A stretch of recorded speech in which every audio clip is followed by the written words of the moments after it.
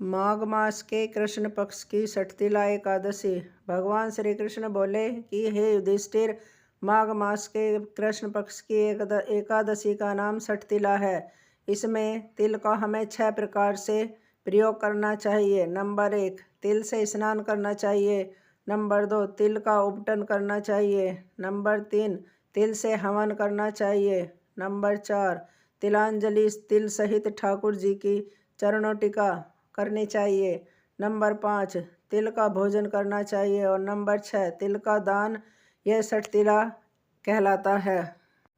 एक समय दालभ्य ऋषि ने पुलत्स्य ऋषि से पूछा कि हे मुनीश्वर, मनुष्य मृत्युलोक में ब्रह्म हत्या आदि महान पाप करते हैं और दूसरों के धन की चोरी तथा दूसरों की उन्नति देखकर ईर्ष्या आदि करते हैं। ऐसे सभी पाप मनुष्य क्रोध, ईर्ष्या, उत्तेजना और अज्ञानतावश करते हैं तथा बाद में पश्चाताप करते हैं कि हाय, यह मैंने क्या कर दिया। हे महामुनि, ऐसे प्राणियों को नरक से बचाने का क्या उपाय है?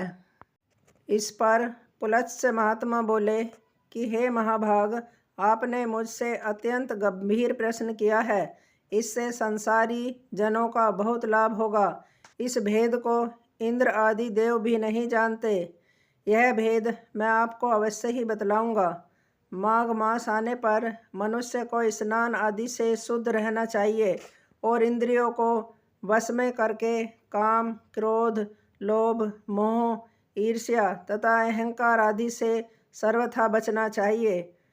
पुण्य नक्षत्र में गोबर, कपास, तिल मिलाकर कंडे, उपले आदि बनाने चाहिए। उन कंडों से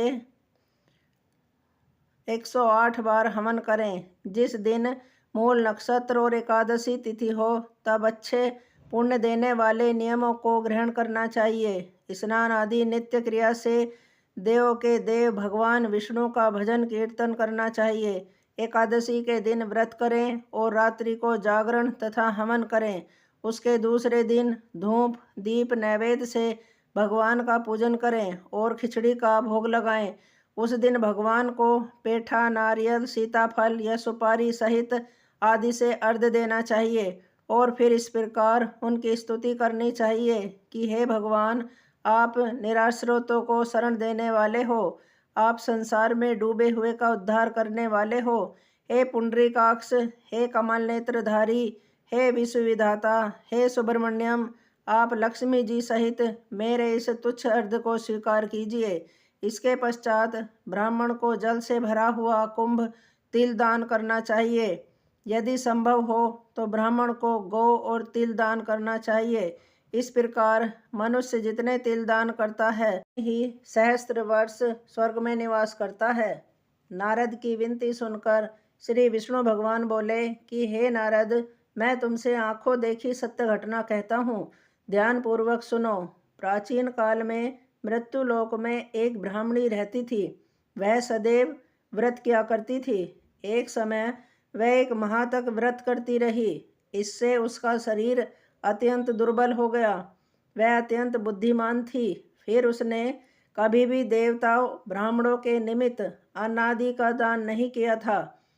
मैंने सोचा कि इस ब्राह्मणी ने व्रत आदि से अपना शरीर तो शुद्ध कर लिया और इसको विष्णु लोक भी प्राप्त हो जाएगा, परंतु इसने कभी अन्नदान नहीं किया है। अन्न के बिना प्राणी का तृप्त होना कठिन है। ऐसा सोचकर मैं मृत्युलोक में गया और उस ब्राह्मणी से अन्न की भिक्षा मांगी। वह ब्राह्मणी बोली कि हे महाराज, आप यहाँ किस लिए आए हैं? मैंने कहा कि मुझे भिक्षा चाहिए। इस पर उसने मुझे एक मिट्टी का पिंड दे दिया। मैं उसे लेकर स्वर्ग लौट आया। कुछ समय बीतने पर वह ब्राह्मणी भी शरीर त्याग कर स्वर्ग आ गई। मिट्टी के पिंड के प्रभाव से उसे उस जगह एक आम के वृक्ष सहित गृह मिला, परंतु उसने गृह को अन्य वस्तुओं से शून्य पाया।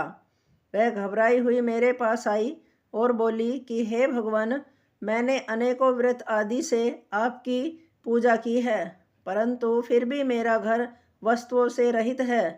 इसका क्या कारण है?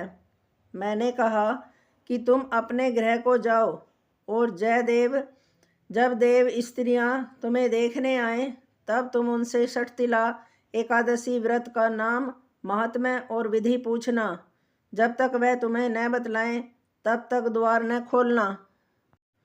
भगवान के वचन सुनकर वह अपने घर गई और जब देव स्त्रियां आईं और द्वार खुलवाने लगी तब वह ब्राह्मणी बोली कि यदि आप मुझे देखने आई हैं तो पहले षटतिला एकादशी का महात्म्य कहिए। उनमें से एक देव स्त्री बोली, यदि तुम्हारी यही इच्छा है तो सुनो, मैं तुम्हें एकादशी व्रत और उसका महात्म्य विस्तार पूर्वक विधि सहित कहती हूँ। जब उसने षटतिला एकादशी का महात्म्य, तब उस ब्राह्मणी ने द्वार खोला। देव स्त्रियों ने उसको सब स्त्रियों से अलग पाया। उस ब्राह्मणी ने भी देव स्त्रियों के कहे अनुसार षटतिला एकादशी का व्रत किया और इसके प्रभाव से उसका गृह धन धान्य से भरीपूर हो गया। उससे मनुष्य को जन्म जन्म की आरोग्यता प्राप्त होती है। इस व्रत से मनुष्य के समस्त पाप नष्ट हो जाते हैं। भगवान बहुत प्रसन्न होते हैं। एकादशी माता की जय हो। जय श्रीमन नारायण। जय श्री राधे।